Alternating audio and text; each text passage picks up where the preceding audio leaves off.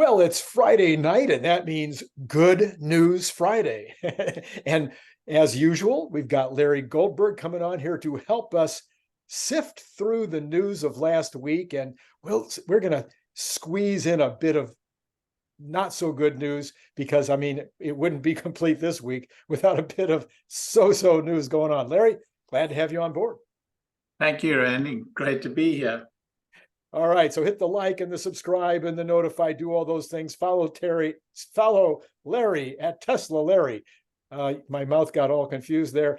Yeah, I washed my tongue this morning, can't do a thing with it. All right, Larry, we have, that was an old joke. You didn't even smile, Larry, it's so old. Okay. All right, let's start with the cage fight. Okay. On again, off again, neck injuries, shoulder running into rib cage, need a surgery, still going to do the cage fight in Rome. What do you make of all this? And do you think it's affecting the stock at all? At this point, anybody who's invested in Tesla or wants to buy Tesla or wants to sell Tesla, they are pretty used to this kind of nonsense. It's nonsense.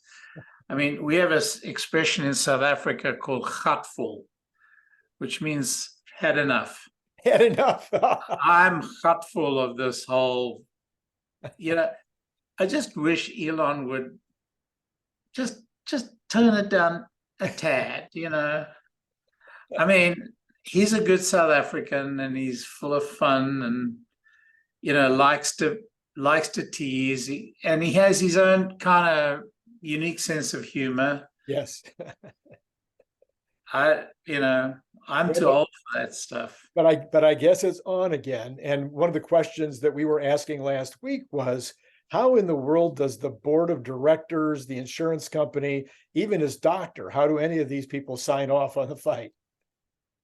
Well, he's probably not insured personally. Oh, what about key man? No key man? You think he's... Yeah, that's an interesting question, whether there's any insurance company would cover that kind of level of risk. Yeah. It's kind of crazy to me. I mean, it is just crazy. It's not just that he's a key man for that company. But for Tesla, I mean, he's a key man for several companies. He's got a lot of children dependent upon him. I mean, on the one hand, one wishes he would grow up. On the other hand, he's been pretty good as a kid so far for the stock. But I wish it would go away. And I hate fighting. I hate the sport of boxing. I mean, wrestling is probably different, but when you talk about cage fighting, I don't find it very elegant. I don't find it very pleasant to watch. And, the antics that go along with it are not my speed. So I wish it would just go away. All right. Okay. FSD, according to Elon today, yeah, the next version of FSD is coming out right away. Yeah. But he says that FSD, the version 12, is a complete rewrite and 90% AI cover to cover. I'm not sure I've ever asked you before. Are you driving FSD at this time? Of course. Yeah, I've been driving FSD. I was one of the very early beta testers, and I've been driving it a lot. Okay. I wrote a fairly lengthy piece on it, which actually Elon commented on. I see. He said, sensible thread. Look, I love FSD, but I'm the first to admit that there's got a ways to go. Uh-huh. I think it's reached, in several successive steps, it's reached its limits, and they've had to go back and look at their architecture. This is not unusual. This is normal, actually. Right.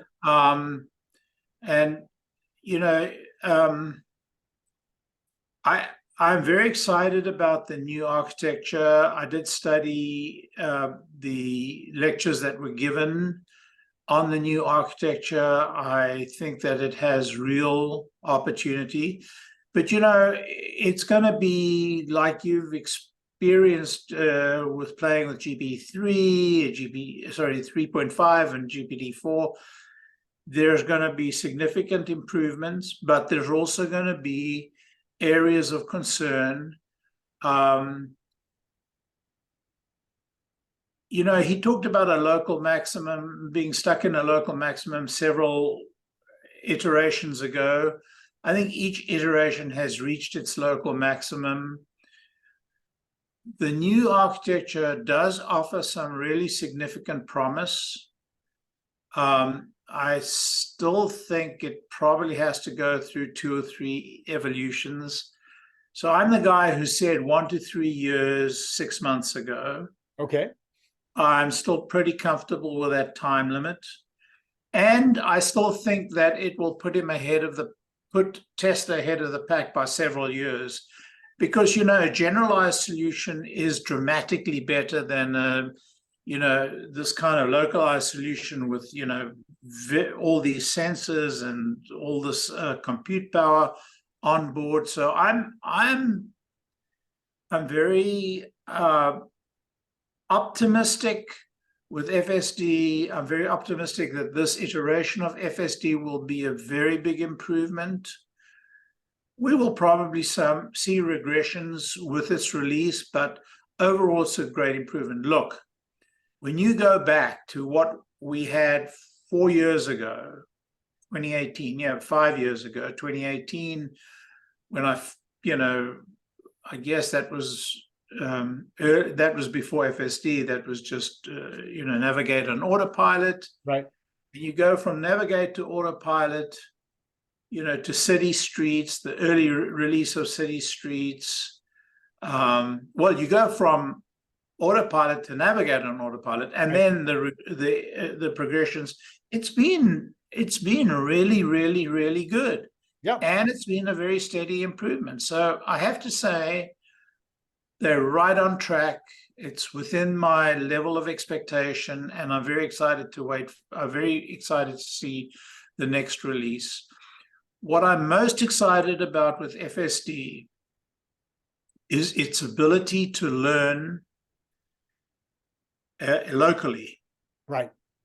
I think that is extremely promising because it promises a new way to map the world, a new way to maintain the map of the world in a very dynamic way that will have implications not only on FSD, but on our navigation, the quality of our navigation anyway. Right.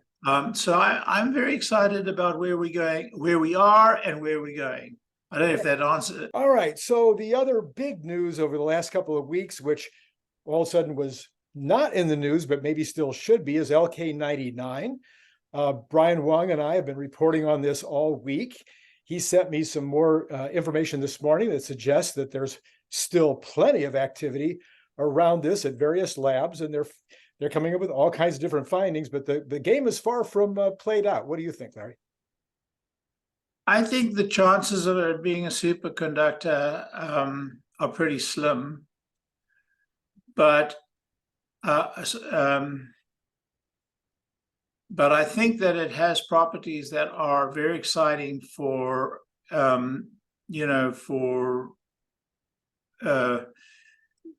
several areas of pursuit. Some that may be even more important than superconductivity. Wow.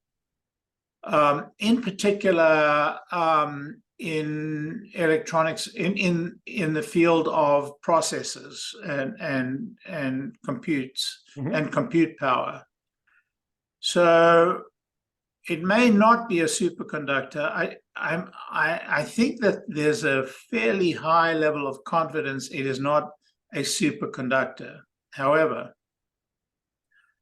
it has some properties that are that appear to be very significant. It may have properties that may have a great deal of significance. in terms of being able to that will enhance the production of high performance processor chips. I see. Okay. And, I alluded to this a little bit when we spoke last time in terms of what we're learning about being able to manage the flow of electrons or enable the flow of electrons through materials. And this, we're reaching the very physical limits of processor technology. We're at a point where we're manufacturing processor chips with gaps of about 2 microns. Getting below that, it's getting to be awfully difficult. And very, very expensive, and very lengthy processes to create the chips.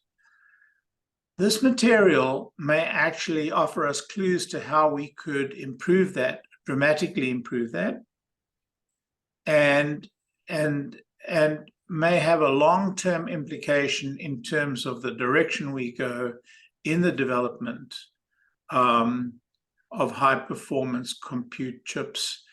And it looks like, this idea of electrons. So there's some properties that the material seems to possess that indicate, that is the clue towards superimposition of electron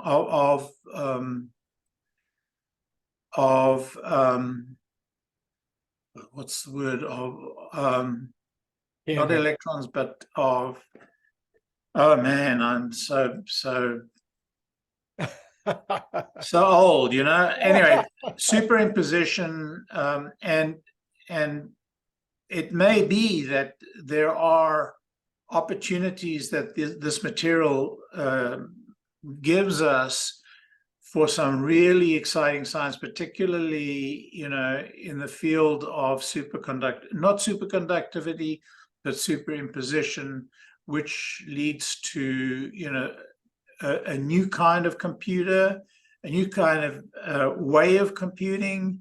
So the story's not over. And I think the story's not so much about superconductivity, but unique properties that have been hinted at in other materials, but we're beginning to learn about. So there is a whole world opening up here. All right. Okay. So let's take a look at Lathrop. All of a sudden, we see 200 megapacks out. Somebody does a flyover and there's 200 megapacks out in the yard. That's a lot of megapacks. Yeah. And somebody said it was worth 500 million. I said 400 million. You're saying somewhere between 250 and 400 million, depending on what's inside. Yeah. So, the Megapack, there isn't such a thing as a single SKU of a Megapack. There are multiple different SKUs and they're all priced differently. And there are discounts for very large quantities. And it depends on whether you're buying the Megapack installed or whether you're buying it, X yard. Right. So it could be anything from, $250 million to $500 million, that range. And we don't have a way of knowing. But it's a lot. It's a lot, yes. And so that raises the question, what does Wall Street, in your opinion, I know we should, get Gary on or somebody, but what's the real number? Does it need to be 10% of profits? Does it need to be 20% of profits before Wall Street starts to give it some notice? Pay attention. That really is a Gary question. My sense is that, there is a fairly low, I think we're going to see, a classic curve here where it's going to start slow and then suddenly, and And I think that not until we see that inflection will Wall Street, pay attention. And then the same thing happened in Tesla. The stock meandered for so long Oh, yeah.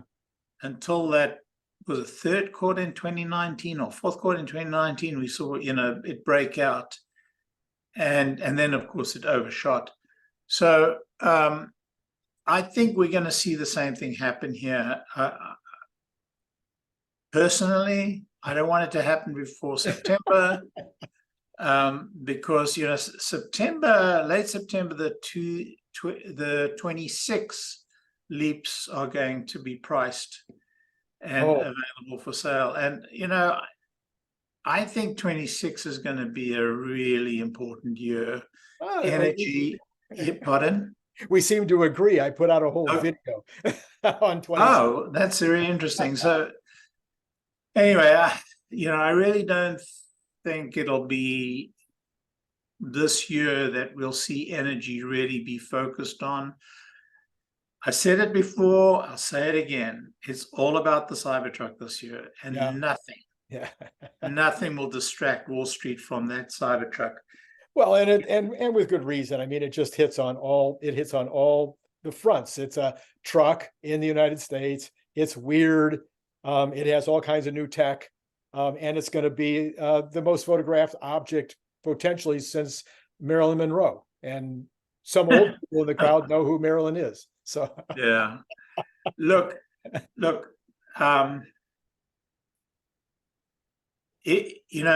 are two kinds of people out there. They're the kinds that believe the Cybertruck's going to bomb, and the kind that believe Cybertruck's going to go through the roof. Only two kind of people. Nothing in between. Nothing in between. I believe it's going to go through the roof. I just can't see any other way. Yeah. And something will have to go awfully wrong.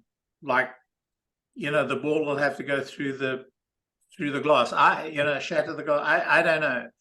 But I think it's going to be now. The only question is how rapidly they can ramp this production. That's going to be the big issue.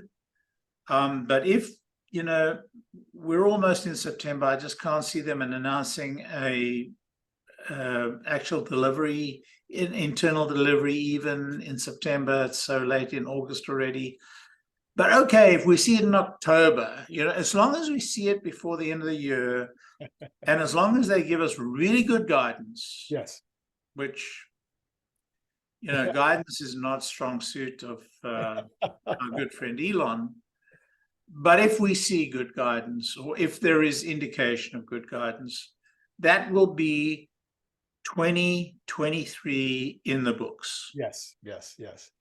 So that's a narrative issue. And of course, I'm big on narrative. And yes. I feel like the Goldilocks narrative for the entire stock market got broken up last 2 weeks by Fitch, by Moody's, by the deficit, and by the bond auction. All four of those, all actually pointing at exactly the same thing. All four of them pointing at the fact that our government is spending money way too fast. And of course, with interest rates being up, that means the government's got to spend way more money on interest, to where it's becoming one of the, maybe it will be the largest item in the budget over military.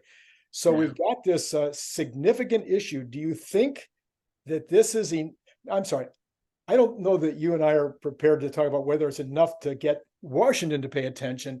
Do you think this is going to switch the attention of the market to that issue, as opposed to how is the economy going to be doing in 2024?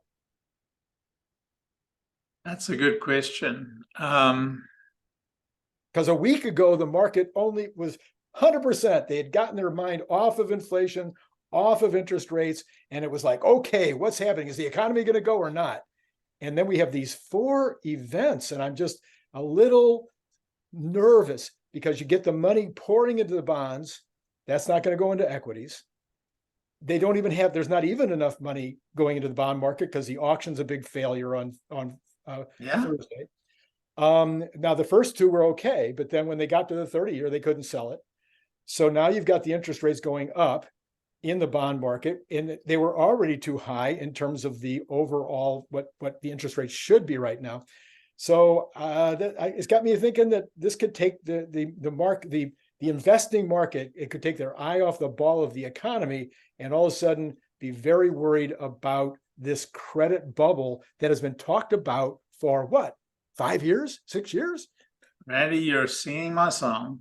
Okay. I mean, look, I was just looking at my accounts today. Short-term bond funds, bank, money market funds invested in short-term government bonds is delivering over 5%. Right.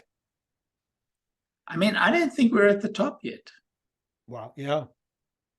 And, the government has, I've spoken about this before, but there is an unbelievable pile of bonds sitting on the Federal Reserve's balance sheet. Yes. Do we get used to that and we just say, oh, well, the Federal Reserve is going to have a $100 trillion balance sheet forever? They got used to it in Japan. Yeah. Yeah. And that economy's gone nowhere for 25 years. Okay, well, then that's the situation with the overall market, and it seemed to have really, taken all the wind out of the market over the last week. We had the market today apparently responding to that, plus the PPI print was a little hot. I don't think that really mattered because it wasn't that hot. And I think it wasn't hot enough to really bother the market that much. Yeah, they'd need another round of poor figures, and the PPI would have to actually point up quite a lot. I don't think that's going to impact them, but we don't know. Look, fiscally, this country has just gone off the rails. The Federal Reserve is not going to fix that. The government has to fix that. Yeah. The Federal Reserve went off the rails before the government went off the rails. That they could have fixed. Why they didn't issue 50-year or 100-year bonds when they could have. I've sung this song before, so I'll stop. People are getting tired of me singing it. And, we're not going to have that opportunity again quite soon, but we have to do it. And we only have to do it if we can resolve, this fiscal expenditure. It is. Have you looked at the actual numbers last year and the year before? And now we're talking about, giving up the student, just, zeroing out. Let's just throw that on top. So on another subject, again, I've admitted to the fact that I have a conservative point of view, but conservative or Republican, Democrat, what difference does it make? The oil prices are going up because of one reason. It's really all about Saudi Arabia. It's not even, OPEC, they said they'd cut a little, but then Saudi Arabia says we'll cut more. Why isn't the president jawboning this? Why isn't this a headline? I'm guaranteeing you, I can think of a couple of other presidents in our history who would have been a headline where the president is telling Saudi Arabia, you better cut this out or there's going to be consequences. Joe Biden needs to go to Saudi Arabia and shake the hand of the king of Saudi Arabia, or at least the crown prince of Saudi Arabia. To piss that guy off. Yes, he's a bad guy, or whatever your opinion is. He is the king of that country, or the crown prince of that country. Right. Functionally the king of that country. That's it. He is not a person, a good person or a bad person. He is the representative of that country. And nobody should have known that better than Joe Biden. He's been around long enough and, shaken the hands of enough not so good people to know that these people are representing their offices, not their, whatever their personal morality is. And now we're in the position that we're in. And, we have to go back to them and plead with them, get them to work with us in Israel, get them to work with us in, Ukraine. You can't. Yeah. This is political. I don't want to get into it. Okay.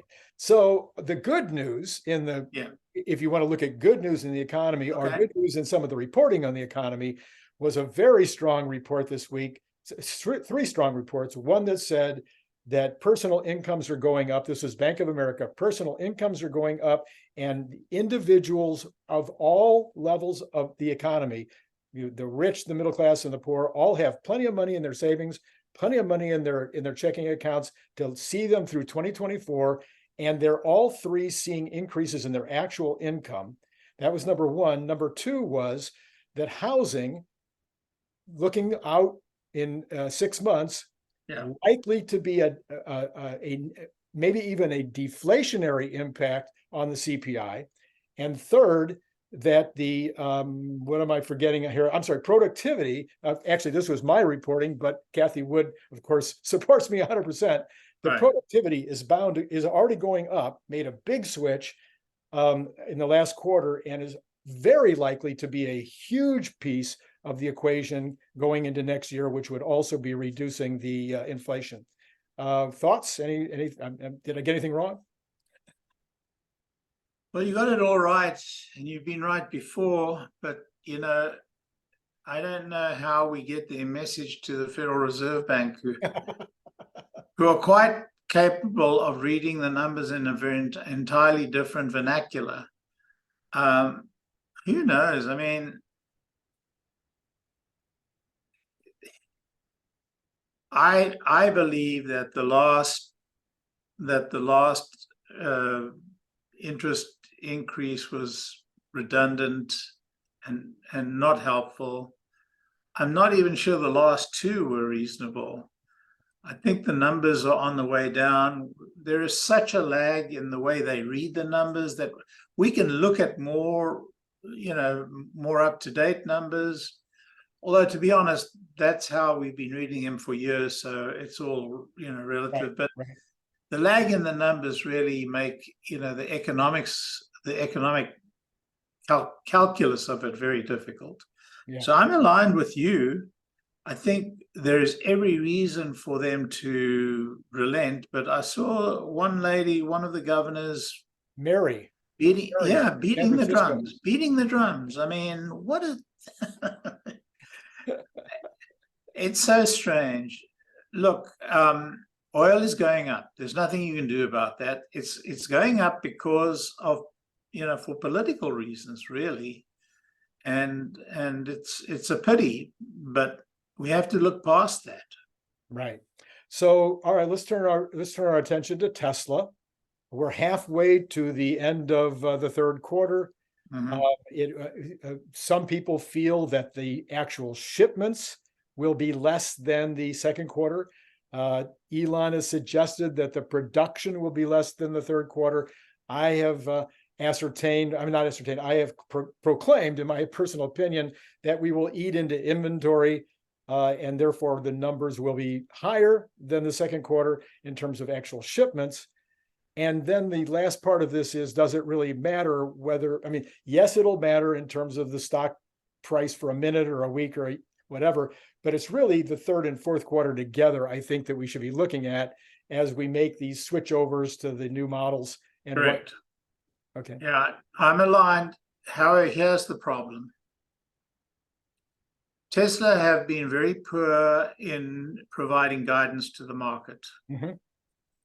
They don't get their act together in advance of the call.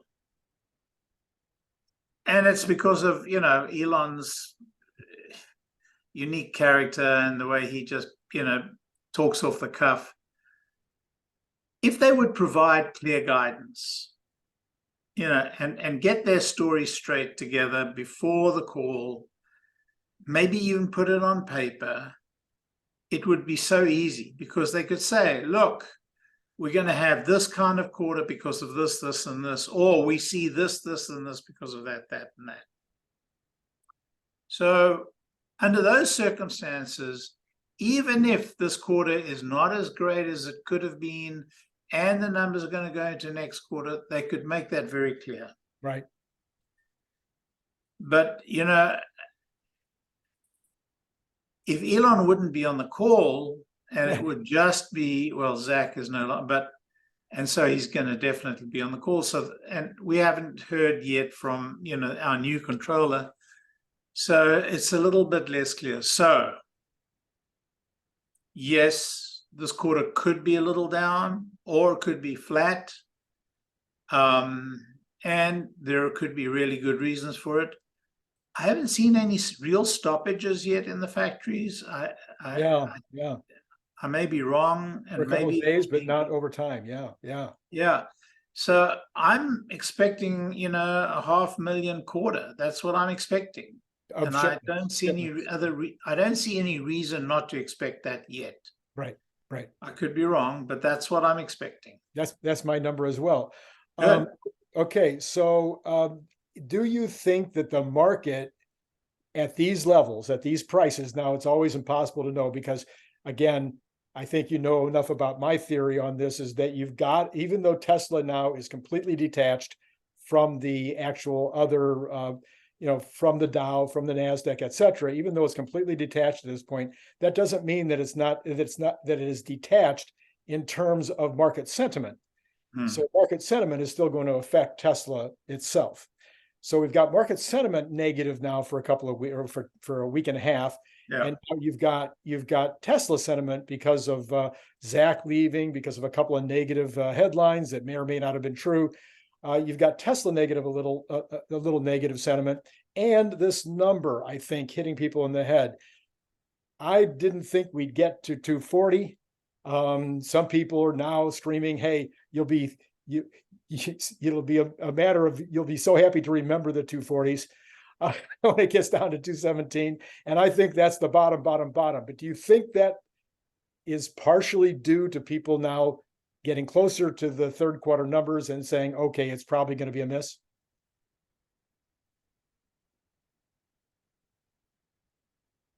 Yeah, I mean, the market is telling us that that they're beginning to suspect a miss for the end of this quarter. Although what a miss means, if sentiment is down that much, then maybe the number that they'll be projecting is down. But yeah, so you know, I think we could surprise. Yeah, you know, if we're correct, I think we could surprise. Look, there's been no hint of a factory slowdown. There's no hint of huge stock buildups. no. I haven't actually visited the local Tesla store recently, and I'm going to do that just to get a sense from them how they're doing, because they gave me a sense when I participated in that final weekend delivery. They said, yeah, not they gave me a sense. I got the sense from that things were going swimmingly. Yeah. I think I told you that. I think I mentioned that on the call, and so I kind of ratcheted up my expectations, and my number was still short of their numbers. Yeah. Of their actual numbers, because it was a surprise. Yeah. So we have my final analysis for this next 90 days, and I'll be doing a video specifically on this, is that we have, I know you don't consider all these to be catalysts, but we've got the one that you do agree with me, which is Cybertruck. We've got Highland, which could be a really significant, if it's good looking and if it's got the right price point on it. I think it could be a good 20, 30 pointer. You've got AI Day 3, which I know you don't think will be a catalyst. It'll be a negative catalyst, but depending on what they say about Dojo as a service or about Optimus, it could definitely be a pretty significant, and FSD for that matter. It could turn out to be a catalyst. Those things are all going to be happening probably in the next 75 to 90 days. It's August the 11th. Do you think we're still going to have an investor day or an AI Day 3? You know, sometimes, so there's two kinds of promises, right? There's the kind of promises where you say, I am going to make 1 million cars, and you end up only at 990, and that's not because you broke your promise. I argue, as a being married to an English teacher, that the definition of promise does not include missing on a goal. But there's another kind of promise where you say, we're going to have an AI day 3 this time next year. So you don't you think it might be not going to come? I haven't seen any confirmation that we'll have such a day. And frankly, I don't think such a day would result in very strong stock movement. Those days are normally skewed towards hiring people. They're normally skewed too technical, and most of the guys, except Dan Ives or one or two, really, very thinking, very knowledgeable analysts really pick up on what they're saying. I know that you're expecting to see bots there and so on and so forth. For the analysts, that's kind of that's noise. That's noise. They don't take it into account. They're looking. But those dumb analysts, at least they respond to pictures. So if they've got a picture of bots that are now moving a little more gracefully, who are actually maybe doing 50 different kinds of factory tasks, I mean, that would be a pretty significant picture, don't you think? No. Yeah. I mean, there isn't a market for bots. Well, there's a market for industrial robots, and that market is fairly well known, well understood, and nobody covering a car company is really interested in a company manufacturing industrial bots. For robots, for human replacements, there's no real market there yet. It hasn't been established. Nobody understands what the TAM is, where the TAM is going to come from, when it's going to come, because there are no bots who really have got true AI. And even Tesla are very new in the form of general AI or bot level AI. This is far too far in the future for the analysts. So I don't think I think for me it'd be very important, and for you it'll be very important, and for many of our listeners it'll be very important. But the analyst is gonna ho-hum. Let's move on. Yeah, again, the old 10% problem. You were talking about Tesla early on. The street didn't have a clue until it happened. I was thinking more of like Apple when they had the App Store, and it was only 5% of revenue, 5% of profits, and then it was 10% of profits, and the street paid no attention to it at all. And then, somewhere, I don't know where it was. I'd have to go back and look at the history, but somewhere around 15 or 20%, I think the street finally went, "Oh my gosh, this is huge." Look, it happened with Amazon and AWS. Yes, of course. It happened. I mean, I was so excited with AWS. I was a very early adopter of AWS. I remember putting my own company's software on AWS, and our CDO phoned me up and said, "Are you crazy? What are you doing?" I mean, wow. Yeah. And, it just took off, and wow. Yeah. And the bot's going to do the same thing. It's going to be a takeoff, and wow. Yeah. Because, the numbers are so compelling and the opportunity is so compelling. But I will tell you this, it's going to be a lot more difficult than people think. Okay. It's not a slam dunk, and it's not that easy, and it's going to take some development. And the use cases are going to be narrow and focused at first. So, it's very exciting. I mean, it's probably worth as much as the auto company is worth. And maybe is worth as much as the FSD. I don't know if it's worth. Yeah, it's probably worth as much as FSD is worth. But both the FSD and the bot markets are like light years away from where we are, because they haven't yet got their, got their hands around the auto business yet. Yeah, that's true. That's true. All right. So I am going to wait until Sunday night to give my analysis of where Tesla stock is going to go in the short term. Larry, I don't think you're a guy who normally gives analysis of where that Tesla stock is going to go in the short term. So I think we've really taken a good deep dive at what happened last week. It was not a particularly wonderful, happy week, but I think that there's still plenty of rainbows out there, at least for me, the optimist.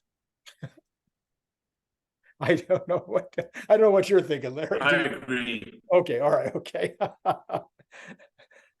And